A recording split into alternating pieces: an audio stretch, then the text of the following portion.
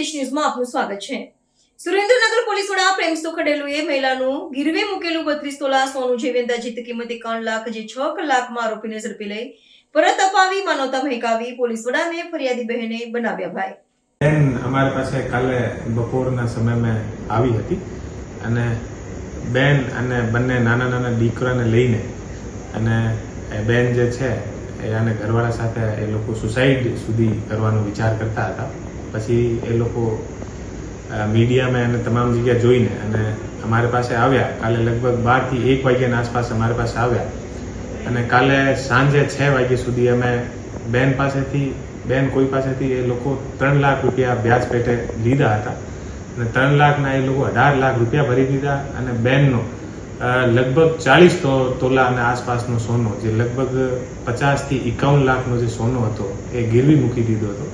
તો એ લોકો સોનો લઈને ભાગી ગયા, બેનનો સોનો પરત નથી આપતા અને બેન પાસેથી 51 લાખ રૂપિયા એ લોકો 18 લાખ રૂપિયા એ લોકો લઈ લીધા અને અત્યારે હેરાન કરીને અને બધો સોનો પચાવવા માંગતા હતા અને બીજા 15 થી 20 લાખ રૂપિયા એ લોકો માંગતા હતા। તો એ કાલે અમારી પાસે આવ્યા તો સિટી એ ડિવિઝન પીઆઈ સોલંકી અને આને સાથે સ્ટાફ મળીને અને 6 કલાકની અંદર તમામ જગ્યાથી જે સોનો હતો છેલ્લા 5 થી 7 વર્ષથી આ બેનની આ સમસ્યા હતી તો પોલીસ દ્વારા ફક્ત 6 કલાક કે અંદર મહેનત કરીને તમામ સોનાના જે દાગીના છે લગભગ 50 થી 60 લાખ રૂપિયાના એ અત્યારે બેનને પરત લાવીને આપ્યા છીએ।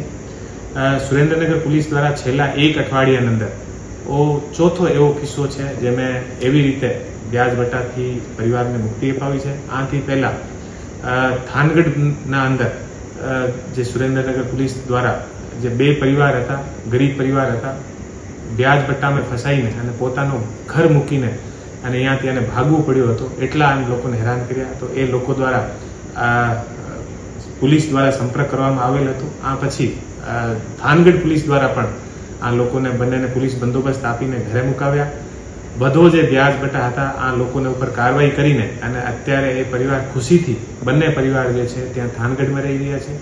ત્રીજો જે કિસ્સો છે અત્યારે એક વિકલાંગ એક દિવ્યાંગ જે દંપતી હતા એ અમારી પાસે આવ્યા। અમને એવી સૂચના મળી કે એવા 2 દિવ્યાંગ દંપતી આવ્યા છે એ પોતાનો ઘર ફેરી કરીને ગુજરાન ચલાવતા હતા। આનો મકાન વ્યાજ વટાની અંદર એક માણસ પચાવવા માંગતો હતો। પોલીસ દ્વારા ફક્ત 5 થી 6 કલાકની અંદર આના તમામ ઘરના કાગળિયા પરત અપાવ્યા છે અને કાલે ધ્રાંગધ્રાની અંદર સાંજે હું જ્યારે ઓફિસના સમય પૂરો કરીને ઘરે જતો હતો તો રસ્તાના અંદર મને એક ઇકો ગાડીમાં એ લોકો સામે આવ્યા અને ઉતરીને ભાગીને અમારી તરફ આવતા હતા। તો અમે આને સાંભળ્યા પછી 10,000 રૂપિયાના વ્યાજના ચક્કરમાં આ માણસના સ્કૂટર અને બધું એ લોકો દ્વારા લઈ લેવામાં આવ્યો હતો।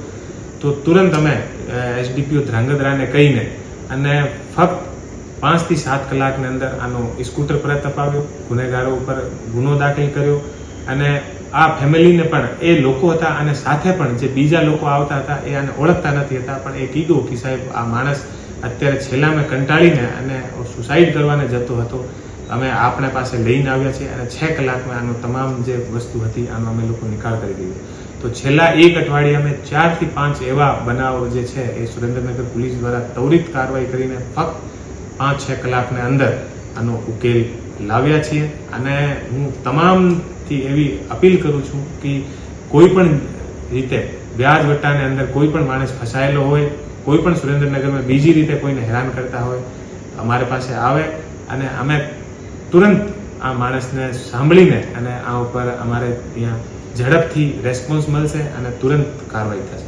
પ્રાર્થના સંદેશ ન્યૂઝની તમામ લેટેસ્ટ અપડેટ્સ માટે ચેનલને હમણાં જ લાઈક, શેર અને સબસ્ક્રાઇબ કરો।